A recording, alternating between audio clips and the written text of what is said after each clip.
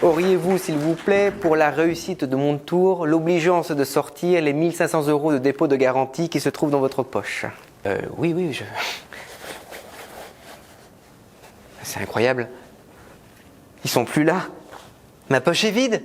Eh bien, c'est peut-être, monsieur, qu'ils sont dans mon chapeau. Merci. Chapeau, hein. Merci. Super. M'inquiète un peu. Oh, magnifique. Et il va revenir ou pas, là? Et mon argent?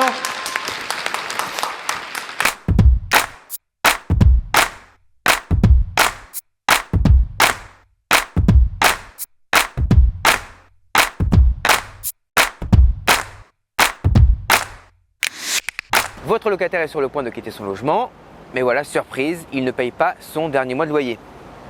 Bien regrettable. Alors que faire? Ah bah, je sais pas moi, justement. Moi j'ai bien une idée. À la limite, hein. Mais est-ce que... est-ce que ça vaut bien le coup? Reprenons les bases. Ne pas payer son dernier loyer en se disant c'est pas bien grave, le propriétaire il servira sur le dépôt de garantie, c'est mal. C'est pas bien, c'est une faute, c'est interdit, c'est illégal. Pour être plus précis, c'est un impayé de loyer comme les autres. L'obligation de payer son loyer, c'est la principale obligation du locataire. Donc quand il ne la remplit pas, il commet une faute lourde. Et puis surtout, en agissant ainsi, il interdit au propriétaire de faire une retenue sur le dépôt de garantie s'il y a des dégradations. Et ça, les propriétaires n'aiment pas trop ça. Ah bah tu m'étonnes, Elton. Mais la question, c'est comment on contraint un locataire à payer son dernier loyer? Ce serait bien que tu répondes assez vite parce que là, dans un quart d'heure, je suis parti, moi.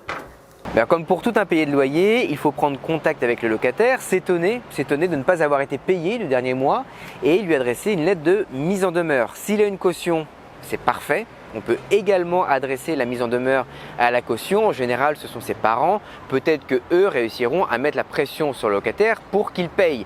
Sachez que sur PAP et dans les fiches ici, vous pouvez trouver nos modèles de lettres de mise en demeure à adresser au locataire et à la caution.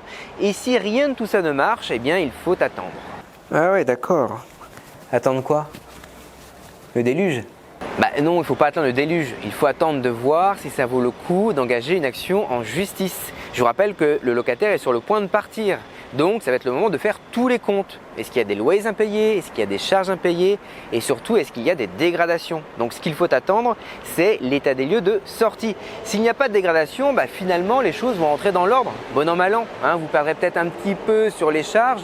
Mais bon, franchement, ça ne vaudra pas le coup d'aller en justice pour ça.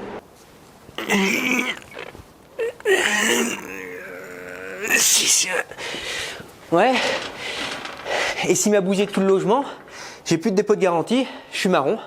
Ouais, alors là, ok, c'est vrai, là c'est beaucoup plus compliqué. Bon, comme je vous le disais, on fait tous les comptes et on envisage une action en justice. Pour contraindre quelqu'un à faire quelque chose, il n'y a pas 50 solutions en fait. Il y a la menace physique, mais bon, ouais, c'est pas moi qui vais vous aider. Et il y a la menace judiciaire. Le problème de la menace judiciaire, de l'action en justice, c'est que c'est pénible, ça peut être coûteux et ça ne donne pas toujours des résultats mirobolants. Donc en un mot, il faut que ça vaille le coup. Si le locataire, une fois que vous avez fait tous les comptes, vous doit 80 €, c'est sûr que c'est dommage, mais pour moi ça vaut pas le coup d'y aller, quoi. J'aurais trop la flemme de bouger pour ça. S'il vous doit 800 €, là oui d'accord, ok, ça commence à devenir intéressant de bouger un peu et d'envisager peut-être une action en justice. S'il vous doit 8000 €, ah oui, là faut lâcher les chiens là. Ah oui, une précision, engager une action en justice, ça veut dire d'abord saisir la commission de conciliation. Cette partie-là de la procédure, elle est complètement gratuite. Et vous discutez avec le locataire et un conciliateur qui va essayer de trouver un accord entre vous. Et ça peut marcher. Peut-être. Et voilà pour cette vidéo. Alors en résumé, le locataire n'a jamais le droit, évidemment, de ne pas payer son dernier mois de loyer, mais en pratique, on sait bien que ça arrive, même à de très bons locataires, en général parce qu'ils ont besoin de trésorerie pour payer le dépôt de garantie de leur nouveau logement.